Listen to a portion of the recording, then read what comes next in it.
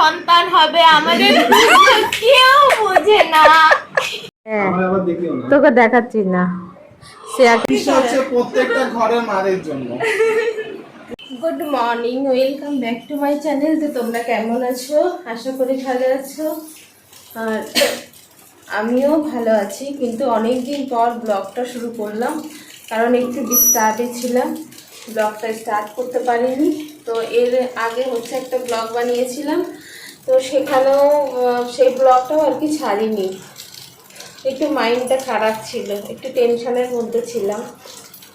তো যাই হোক, এখন বাজে হচ্ছে 8টা, আর আমি উঠেছি 6:30। 6:30 উঠেও কোনো কাজ করতে পারি। সকালবেলা বসিয়ে দিলাম চা, আর সকালবেলা চা না হলে তো দিনটা একদমই বাজে যায়। তো চায়ের মধ্যেও দিয়ে দিয়েছি আদা, আর আদা চা কিন্তু আমার ভীষণ ভালো লাগে। আর বাইরের দিকে দেখো কি বৃষ্টি হচ্ছে, আজকে সকাল থেকেই বৃষ্টি হচ্ছে জানো তো, এর জন্য বাইরের ওয়েদারটা তোমাদের সঙ্গে একটু শেয়ার করে দিলাম। আর আমার হচ্ছে এখনও চা। তো যাই হোক, আমি র চা খেতেই বেশি ভালোবাসি। আগে দুধ চা খেতাম জানো তো, আর দুধ চা খেলে না আমার খুব গ্যাস অম্বল হয়, ওর জন্য না আমি র চাটাই বেশি ভালো লাগে। তো চা নিয়ে চলে আসলাম, এখনও বিছানা কিছুই তুলিনি, কারণ সোনামা এখনও ঘুমাচ্ছে।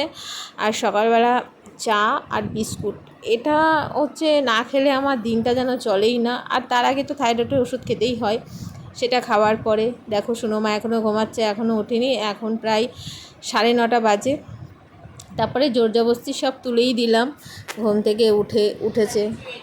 2-3 দিন ভিডিও ছাড়িনি, ওর জন্য আজকে আবার ব্লগটা শুরু করলাম। আবার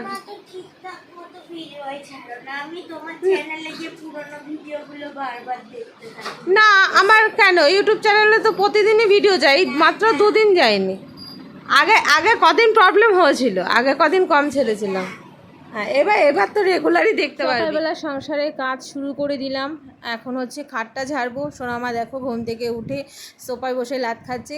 ওর মোটে ঘুম থেকে উঠেও যেন ওর ঘুম পোষায় না, ওর গড়াগড়ি খাবে তারপরে ওর ঘুম পোষাবে।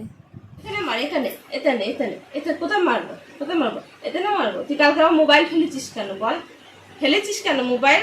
তুই তেজের গোতা শুতে পারছিস না বলে মোবাইল ফেলে দিয়েছিস।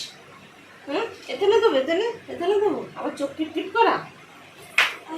মিমির সঙ্গে করলাম একটু বদমাইশি, ওকে করলাম একটু বকাবকি, কারণ রাত্রেবেলা ও আমার মোবাইল ফেলে দিয়েছিল, খাট থেকে শুতে পারছিল না বলে তেজের খাপানে। তো যাই হোক, ও আমাদের সঙ্গেই শুতে ভালোবাসে। আর হচ্ছে আছে রান্নাঘরে রান্না করছি, 12টা 12:30 ভিডিও আপলোড করে, ভিডিও এডিট করে আপলোড করে তারপরে হচ্ছে আবার শ্যুট করছি। সত্যি টাইম পাচ্ছি না একদম। তো চলো কি রান্না করছি দেখাই তোমাদেরকে। বরবটি, আলু আর কাঁঠালের আটি দিয়ে একটা ভাজা করবো। এটা আলু কেটে রেখেছি ডিমের জন্য। এখানে পটল ভাজা হয়েছে, ডিম সিদ্ধ, আর এই কুমড়োটা মিমির কুমড়ো। সব কাজকর্ম সেরে তারপরে চলে আসলাম স্নান করে ঠাকুরের পুজো টুজো দিয়ে তারপরে না খেতে বসে খাবো আর কি। প্রচণ্ড খিদে পেয়েছে, তো সবার ভাতটা বেড়ে দিচ্ছি।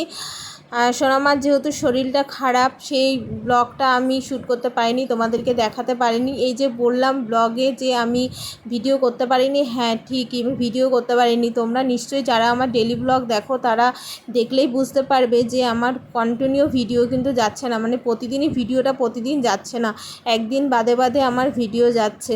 তো এটাই হচ্ছে সমস্যা হয়ে যাচ্ছে। বাড়িতে শরীর খারাপ হলে তখন না কাজকর্ম সেরে সব কিছু একা হাতে করে গুছিয়ে ভিডিও করাটা খুব টাপের ব্যাপার হয়ে যাচ্ছে।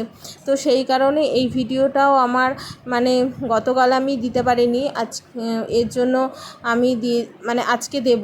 দেখেছো কথা বলতে গিয়ে জড়িয়ে যাচ্ছে। যাই হোক, আজকে আমাদের রান্নাবান্না হয়েছে, তোমাদেরকে আজকে ফাইনাল রান্নাটাও দেখাইনি। আজকে হচ্ছে ডিমের ঝোল আর পটল ভাজা আর হচ্ছে আলু বরবটি ভাজা।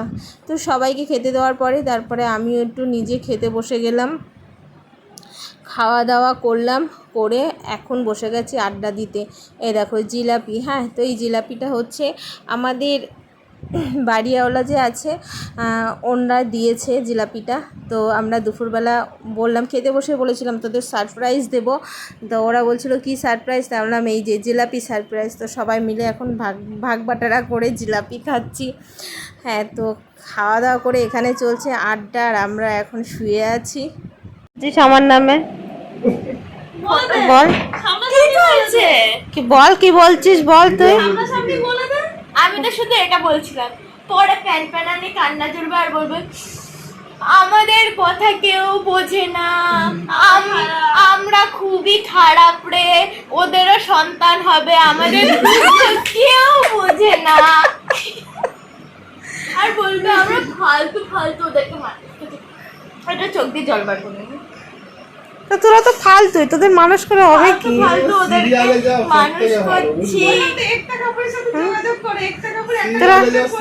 তোরা তো ফালতুই, হবে। তোরা তো ফালতুই, তোরা তো ফালতু, ফালতু না আর ছাড়ে কি? আমার মা লেটেস্ট এরকম বাসন মাজবে, বাসন মাজতে মাজতে কেউ ফোন করবে, আমাদের সাথে ঝগড়া করলো, ফোন করলো, উনি একটু পিন মারলো, ব্যাস শুরু। এবার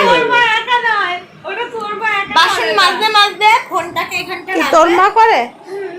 তোর মা কি করে? ফোন করা নিয়ে কথা হলো। এই জিনিসটা হচ্ছে প্রত্যেকটা ঘরের মায়ের জন্য। তুই যদি ফোন মেরে পিটি, এই আমাকে দেখো না কালীগায় আছি, এটা হচ্ছে প্রত্যেকটা ঘরের মায়ের জন্য। কেউ যদি একটু পিনিক মেরে যায় আরো শুরু হয়ে গেল। রাখা আছে, একটু নিয়ে এসো। এটা অল টাইম কমন ডায়লগ, কিছু আনতে বললেই ওইটা। তারপরে যদি বলে কোথায় কোনটা রাখা আছে, বলছে ওইখানেই তো রাখা আছে, ওইখানেই তো রাখা আছে, ওইটা চোখে দেখছিস না। তারপরে আসবে এসে এটা বার করে বললাম এইসব ছেলে মেয়ে এখন আমাকে নিয়ে পড়েছে, আমাকে নিয়ে পড়েছে, সমালোচনা করছে, বুঝতে পারছো? বলে আমি যেরকম আমাকে সেরকম দেখামো করে করে দেখাচ্ছে, এটা বলো। হ্যাঁ, আমি মোটেও না, আমি হ্যাঁ বলে দিয়েছিল, এখনই হ্যাঁ বললো। শেয়ার মতন তো এরকম এরকম করছি না, বুকে হাত দিয়ে বদনাম করছে, বুঝতে পেরেছো? তাহলে বলো তোমরা না ছেলে মেয়ে সত্যি কথা বলতে ছোটই ভালো, ছোট থাকলে আদরও থাকে, ভালো থাকে, বড় হলে একটা বাদর তৈরি হয়। সুতরাং বড় করারই কোনো দরকার নেই, সব ছোটই থাকুক। প্রথম থেকে রেকর্ড করতে পারতে তাহলে বুঝতে পারতো কোথায় কোথায় সত্যি কথা বলেছি। প্রথম থেকে আমি ভাবিনি যে এগুলো একটু সোশ্যাল মিডিয়ায় জানাবো, তারপরে ভাবলাম যে না একটু সোশ্যাল মিডিয়ার লোকজন এর আগে যা রোস্ট হয়েছে ওইগুলো দিলে পুরো ফিল্ম হিট। তুই এখন টিভি চালাতে যাচ্ছিস? হ্যাঁ সবার বাড়িতে এরকম হয়, তোমরা সবাই কমেন্ট করে জানাও সবার বাড়িতেই কি এরকম হয়? যারা কমেন্ট করবে তারা নিজেরাই ওরকম করে। কি অবস্থা! তারা বলে মাগুলো এরকম করবে, কমেন্টে বলবে মাগুলো এরকম করে। হ্যাঁ, মারা ছেলে মেয়েরা শাসন করে তো ওর জন্য মারা খারাপ হয়ে যায় নাকি? তোমরা একটু আমাদের জায়গায় দাঁড়িয়ে দেখো, তারপরে বুঝতে পারবে। তাহলে তোমরাও আমাদের জায়গায় যখন দাঁড়াবে তখন তোমরাও বুঝতে পারবে মা কেন বলতো। তোমরা তো আর ছোট হতে পারবে না, আমরা তাও বড় হব। আমরা ছোট হতে পারবো না, কিন্তু তোমরা তো বড় হবে। নিজের ছেলে মেয়ের উপরে এরকম অত্যাচার করবে না, কোনোদিনও করবে না। ওরে বাবা, ওরকম করবে না। ওরকম সময় আসলে সব দেখা যাবে বাবা। আমরা হচ্ছে ভালো বলে এখানে টিকে রয়েছি, ওরা এখানে টিকে থাকতো না, যে এখানে চোখ যেত সেখানেই চলে যেত।